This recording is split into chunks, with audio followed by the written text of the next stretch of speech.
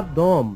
اور اے بھائیو، جب میں تمہارے پاس آیا اور تم میں خدا کے بھید کی منادی کرنے لگا تو اعلیٰ درجے کی تقریر یا حکمت کے ساتھ نہیں آیا، کیونکہ میں نے یہ ارادہ کر لیا تھا کہ تمہارے درمیان یسوع مسیح بلکہ مسیح مصلوب کے سوا اور کچھ نہ جانوں گا، اور میں کمزوری اور خوف اور بہت تھر تھرانے کی حالت میں تمہارے پاس رہا، اور میری تقریر اور میری منادی میں حکمت کے لبھانے والی باتیں نہ تھیں، بلکہ وہ روح اور قدرت سے ثابت ہوتی تھی، تاکہ تمہارا ایمان انسان کی حکمت پر نہیں بلکہ خدا کی قدرت پر موقوف ہو۔ پھر بھی کاملوں میں ہم حکمت کی باتیں کہتے ہیں، لیکن اس جہاں کی اور اس جہاں کے نست ہونے والے سرداروں کی حکمت نہیں، بلکہ ہم خدا کی وہ پوشیدہ حکمت بھید کے طور پر بیان کرتے ہیں جو خدا نے جہاں کے شروع سے پیشتر ہمارے جلال کے واسطے مقرر کی تھی، جسے اس جہاں کے سرداروں میں سے کسی نے نہ سمجھا، کیونکہ اگر سمجھتے تو جلال کے خداوند کو مصلوب نہ کرتے،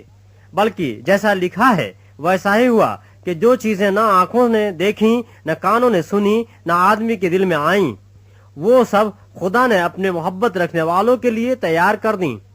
لیکن ہم پر خدا نے ان کو روح کے وسیلے سے ظاہر کیا، کیونکہ روح سب باتیں بلکہ خدا کی تہ کی باتیں بھی دریافت کر لیتا ہے،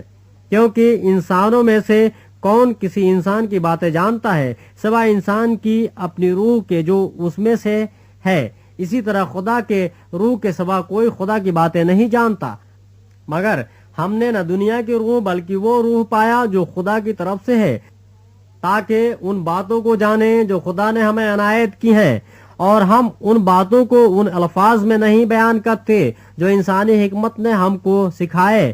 ہوں، بلکہ ان الفاظ میں جو روح نے سکھائے ہیں، اور روحانی باتوں کا روحانی باتوں سے مقابلہ کرتے ہیں، مگر نفسانی آدمی خدا کے روح کی باتیں قبول نہیں کرتا، کیونکہ وہ اس کے نزدیک بیوقوفی کی باتیں ہیں اور نہ وہ انہیں سمجھ سکتا ہے، کیونکہ